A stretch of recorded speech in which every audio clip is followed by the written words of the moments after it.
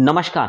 बरेच प्रश्न विद्यार्थ्यांच्या मनामध्ये की सर जर समजा आता यामध्ये ही ॲक्टिव्हिटी जी आहे की जी BMS, BHMS, BUMS या कोर्ससाठी आहे, तर यामध्ये फर्स्ट नंबर जे सीरियल नंबर 1 आहे, तर त्यामध्ये काय दिलेलं आहे की तुम्हाला जर ॲडमिशन कॅन्सल करायची असेल तर तुम्ही 27/9/2024 पर्यंत कॅन्सल करा. आता याबद्दल बऱ्याच विद्यार्थ्यांचं कन्फ्युजन आहे की सर आम्ही पहिल्या राऊंडला कॉलेज फक्त जॉईन केलेलं आहे, मग आम्ही ते अगोदर कॅन्सल करून नंतर पुढच्या राऊंडचे चॉईस फिलिंग करायचे आहेत का? तर लक्षात घ्या, याचा अर्थ असा आहे की जर तुम्हाला ते कॉलेज जर आवडलं नसेल, तुम्ही ते फक्त जॉईन करून ठेवलेलं असेल, तर ते कॉलेज तुम्ही सोडून देऊ शकता. मग ते कॉलेज तुम्ही समजा स्टेट कोटामधून जरी जॉईन केलेलं असेल आणि तुम्हाला ते आवडलं नसेल तरी सोडून द्या. तुम्ही जर का ते IQ मधून जॉईन केलेलं असेल, institutional quota, management quota join करून ठेवलेलं असेल तरी सुद्धा तुम्ही ते सोडू शकता.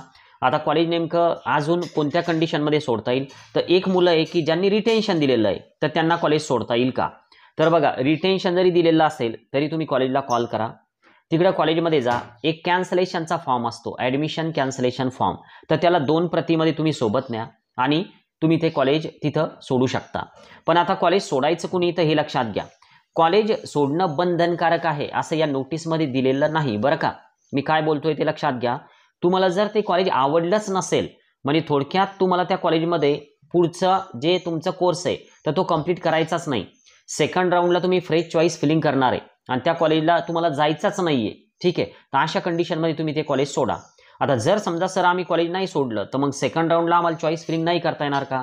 करता येतील. जर तुम्ही रिटेन्शन जर दिलेलं नसेल, फक्त कॉलेज जॉईन करून ठेवलेलं असेल, तर 100% तुम्ही पुढच्या राऊंडला चॉईस फिलिंग करू शकता, दुसरा राऊंड चॉईस फिलिंग करू शकता, तिसरा राऊंड सुद्धा चॉईस फिलिंग करू शकता. पण ज्या विद्यार्थ्यांनी रिटेन्शन दिलेलं आहे तर त्यांचं काम संपलेलं आहे. त्यांनी एक तर मग ॲडमिशन जर कॅन्सल करायची असेल तर तुम्ही कॉलेजमध्ये जा, कॅन्सलेशन फॉर्म भरून द्या.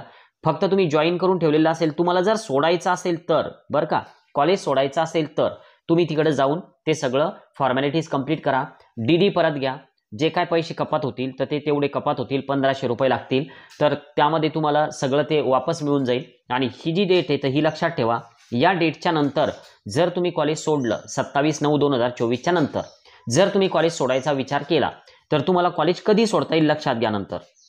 नंतर तुम्हाला कॉलेज सोडता येईल 13 तारखेला, म्हणजे मधल्या काळामध्ये मग तुम्हाला कॉलेज सोडता येणार नाही. तुम्हाला डायरेक्ट 13 तारखेला ही डेट दिलेली आहे कॉलेज सोडण्याची. जर सोडायचं असेल तेव्हा तर मग तुमचं रजिस्ट्रेशन कॅन्सल होईल CT सेलला केलेलं, ठीक आहे.